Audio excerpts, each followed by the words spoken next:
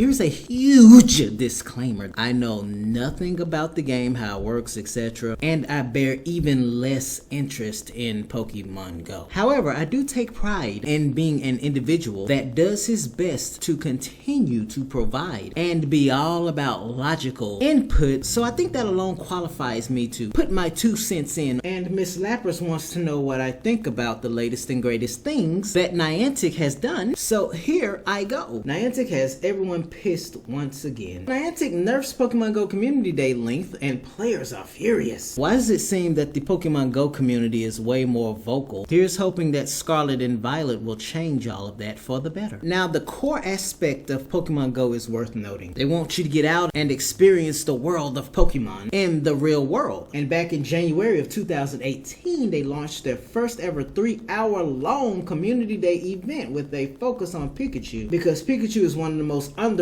Pokemon in Pokemon history. And over 2 years later, they extended the time frame event to 6 hours. So what went wrong exactly? Because for the upcoming Pokemon Community Day event, they decided to redact that, and that's why Pokemon Go fans are pissed. Now here's something interesting. They went on to detail that according to their research, only 5% of players play the game longer than 3 hours. Niantic says this is the reason why they're returning to the 3-hour format. However, while the Bulbasaur Community Day Classic was clearly now representative of a test to see the optimal CD structure moving forward, it doesn't seem that the data was properly interpreted here. So somebody's data seems to be off. And well, this is just one of those things that doesn't speak for everyone because there's still community backlash, so there's that. Just recently, Niantic gets slammed for being out of touch with the incense changes. Just ask Corey, who honestly is the superior source comparatively when it comes to Pokemon Go. He goes into much more detail than I ever could. So if you're interested, he's your man. If he can't do it, I don't know who the fuck can. Niantic should be used to pissing off the Pokemon Go fan base and weathering the backlash to the point that it feels like they're doing a lot of this shit on purpose. Not to mention their tone deafness that I'm about to mention in a little bit. But it's good to know that Pokemon Go's fan base seems to be a lot more vocal than submissive,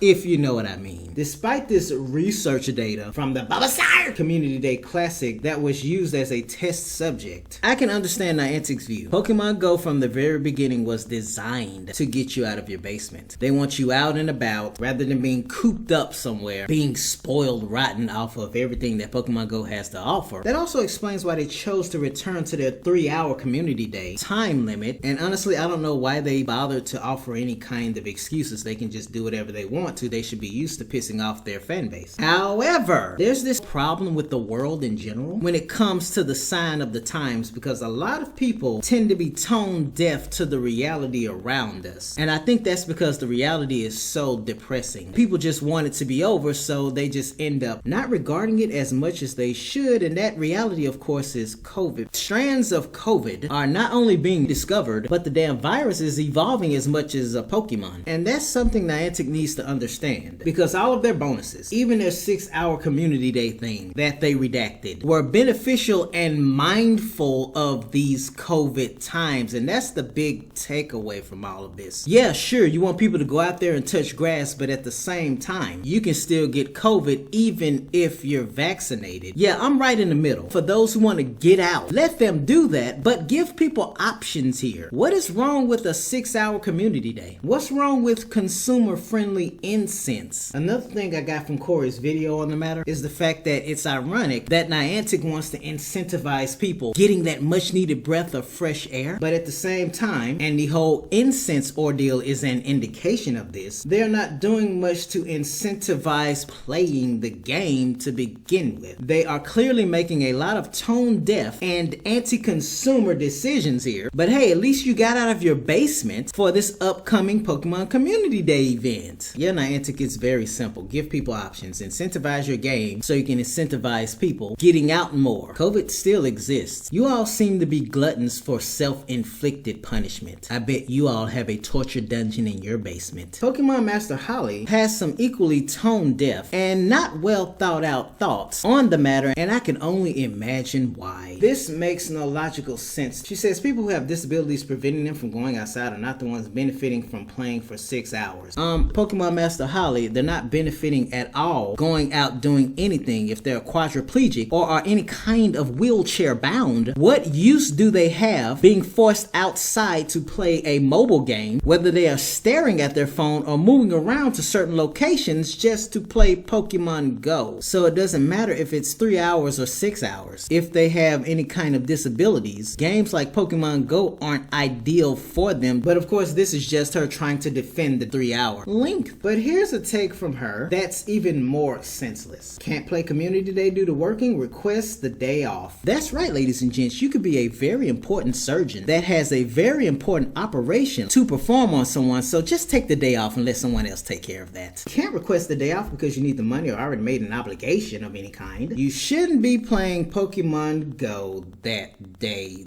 then. What about this makes your priorities and playing a mobile game any kind of mutually exclusive? So blame the person for wanting to have fun when they actually have time to have that fun, when they want to do it at their own pace, because you feel the need to suck off Niantic, the people that seem to take pride in pissing their fan base off. Why? Oh, that's because Niantic dumped her for being an OF model and now all of a sudden she's kissing their ass. That perfectly explains why she's cowardly hiding her tweets. Now, where are those hashtag Hear Us Niantic videos? Where did they go? So you're prostituting yourself on the internet with NSFW content. Niantic drops you, then you decide to make some really crappy takes while you are entitled to them, but you're making them like some disgruntled ex-Niantic employee, only to cower in your little hole on Twitter once you get your ass humbled. You want to talk about priorities, Pokemon Master Holly? How about making sense and remembering how you got where you are? Oh, I guess it's too late for that now. That's my thoughts on the whole matter, ladies and gents. What are yours? I can only imagine how you feel. If there's one thing I've learned from the backlash around Sword and Shield, and being one of the few with the balls and the standards to advocate for bigger and better quality in the franchise overall, well, it's that there's only so much that you can do when it comes to being pissed off about things and wanting and trying to make a change for the better for the thing you love. So for me, it boils down to two things. You either say fuck it or you keep hope alive. The sad thing is nothing should ever have to come to this, especially when it's any kind of hot shit, grossing millions and billions of dollars, and best of all, if it's anything from the highest grossing franchise.